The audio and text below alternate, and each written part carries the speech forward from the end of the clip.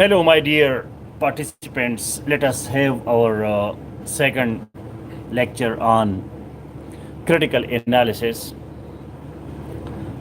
Critical analysis that needs critical mind, critical thinking. Critical analysis is basically the product of critical thinking, thinking that is inside your mind, or cognitive process, cognition. What is going inside our mind, that is called cognition, thinking. We are thinking, and sometimes we are overthinking, and sometimes we are not thinking. We are like animals, or we are like stones. We have no thoughts, no ideas, no perceptions, no conceptions, nothing.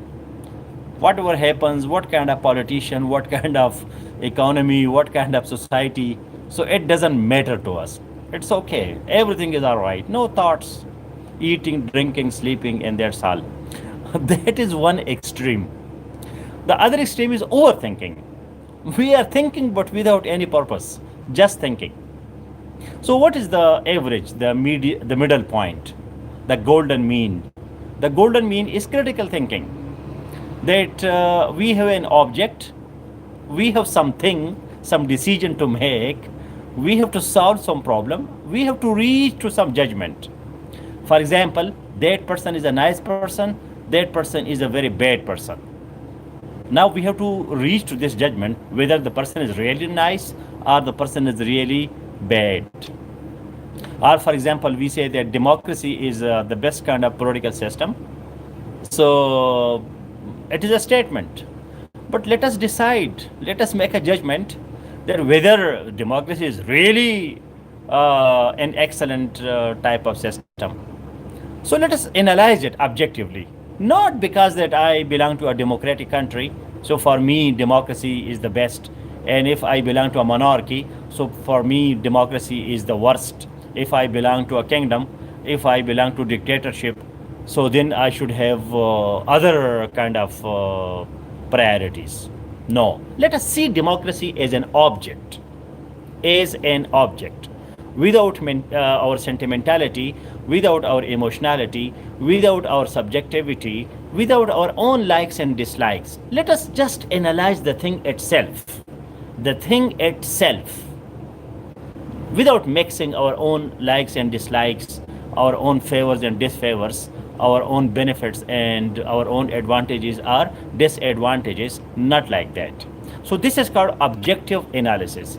Analysis of the object, analysis of the topic, analysis of the situation, analysis of the idea.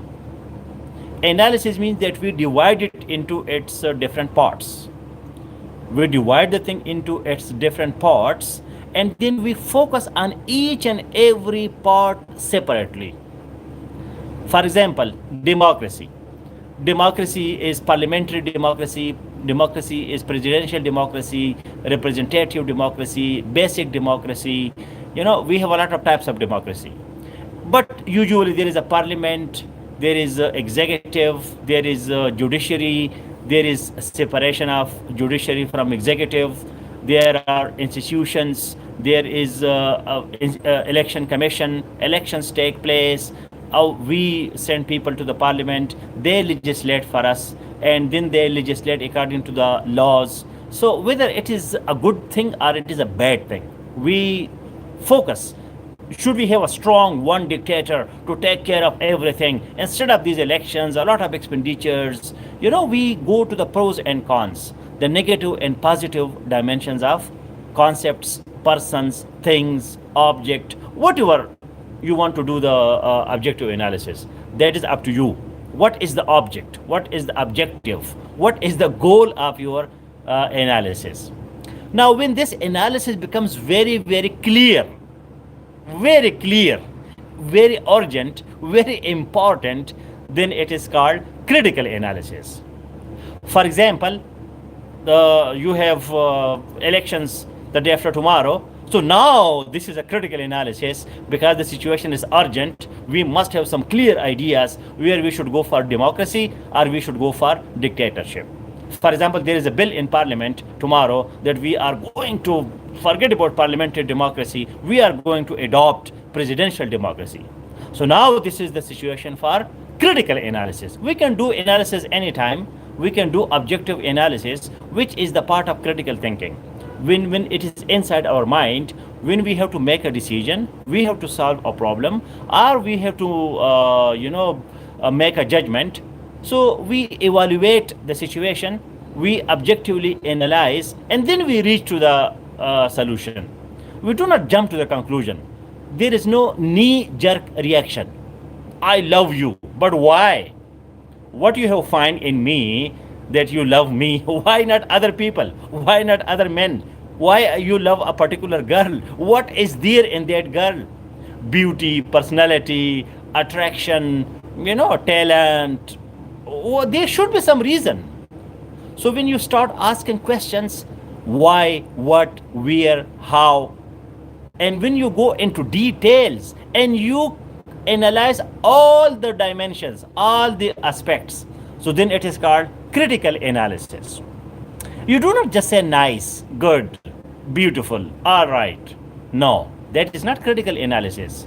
You give your time, you give your energy, you give your focus, your attention, your concentration. You take something seriously. This is why it is called critical analysis. It is a serious situation where you have to keep in mind all the dimension, all the details. You have to go deep and deep and deep into the depth, into the history, into the current situation, what will happen next, what will be the repercussions, what will be the results, what will be the consequences. So this is the introduction to critical analysis. Now, what are the different steps here? Step number one, you have an object, you have a topic, you have a question, you have a phenomenon, you have a person, you have a place to critically analyze. So you have something there. Now you have to get full details of that thing. What are the full details? Its definition, its introduction, its description, data, information, knowledge, understanding. And when you have the understanding, now you are expressing that understanding in your critical analysis.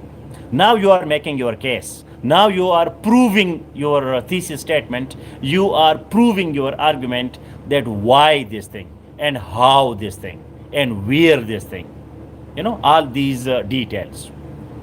So you are going to critically examine or critically analyze a political system, an economic system. For example, capitalism, communism. Why capitalism? When you do the critical analysis of capitalism, so the history of capitalism, how capitalism emerged, what is the current situation of capitalism, who are the G7 countries, the Group 7 top developed countries, what kind of system is there? Is there dictatorship? Is there democracy? Is there capitalism? Is there communism? Is there socialism? And why we call them top democracies or top developed countries? What is in the Scandinavian countries? What is in the Norway? What is in the Finland? What is in the Sweden? What kind of system they have? Do they have communism? If they have communism, and for us, Norway is an attractive country, so we have our critical analysis that yes, communism is a great system. Where is communism in the world? In North Korea? Oh, in Cuba? A very poor country. Great country, but poor. In North Korea, there is communism. Where else? I don't remember. China, they have socialism, but their communism and socialism, that is only and only at political level. Economically, they have adopted full capitalism, complete capitalism. So now people will ask questions from you. No, this is not the case. It is like that. Okay, come on, have Socratic dialogue. Let us have a conversation. You present your arguments, I present my arguments, and then we establish truth according to dialectical method, dialectics. Dialectics means that you give a statement, which is called thesis, then you receive the response to that statement, which is usually negative. No, this is not like that.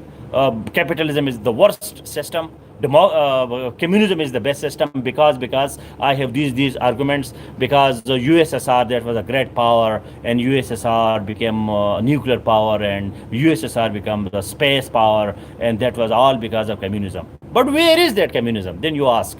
So you continue this dialogue, and then you establish the truth, which is called synthesis. So thesis, antithesis, and synthesis. Now, this is critical analysis. No emotional outburst, no sentimentality, no feelings. I love you. For me, you are my Layla. What were the people say? Forget about people. No, the people should not forget.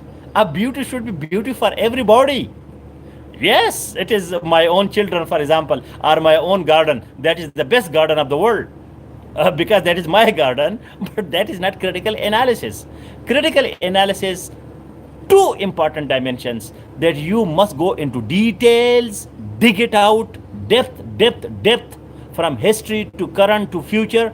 And the second is that you analyze it from all angles: historical angles, social angles, political angles, economic, cultural, regional, your country, and global, all angles. You just you connect the dots from all dimensions, and then it becomes critical analysis. You give a clear picture. That picture is based on research. That picture is based on evidence, on data, information. There are no feelings. There are no emotions, because emotions, feelings, these are your personal feelings. You may love something and you know the reason, but that is your reason. Objective analysis, critical analysis mean that convince me also. Why should I believe in your beliefs? Why should I believe that you are right? What are your arguments? Can you prove your point? So if you can prove your standpoint, you can prove your thesis statement, you can prove your argument, you can prove that why, for example, sun is a very important part of the solar system. Why? And then you go for the solar energy, you go for photosynthesis, you go for helium, hydrogen, you go for fusion, you have vitamin D from sun, and then yes, you are convinced that yes, sun is very important. And if somebody tells you sun is important because there is sun gives us light, and sun is a beautiful star, and things like that, so people won't be convinced. You have to give the data, the exact data about sun. What is the role of sun in our life? Although sun is such an important part of our life, daily we see sun, but our daily seeing the sun and our understanding of sun, that is not enough for critical analysis. You have to tell me what is the role of sun in the solar system, how sun is a different star, what is solar energy, how solar energy is different from other energies, why solar energy is alternative source of energy, why solar energy is a recoverable kind of renewable kind of energy, what are the benefits of solar energy, what are the recent developments of solar energy, what is going on in the center of sun, in the heliosphere,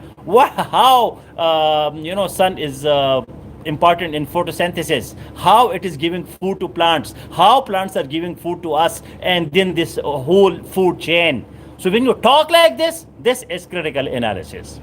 So I hope you got the message. All the best, my dear friends.